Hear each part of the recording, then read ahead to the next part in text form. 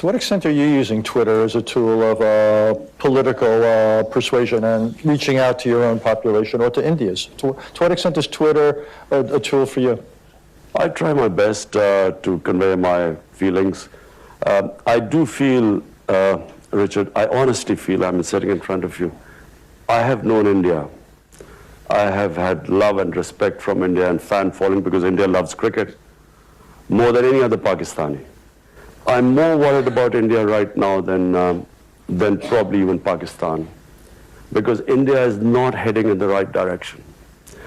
If you see what has happened in India in the last 6 years, it is frightening for some of us. It's not the India I know of Gandhi and Nehru. It is this ideology that has taken over India of Hindu supremacy. And this, whenever such an ideology takes over, there is always something they blame.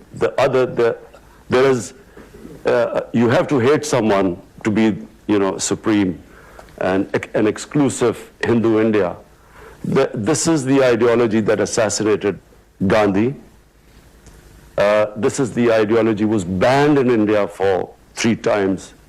And now, unfortunately, it is running India. And I fear, because I think you can reason, as long as you can reason with people, the 2 nuclear-armed countries need not worry about anything.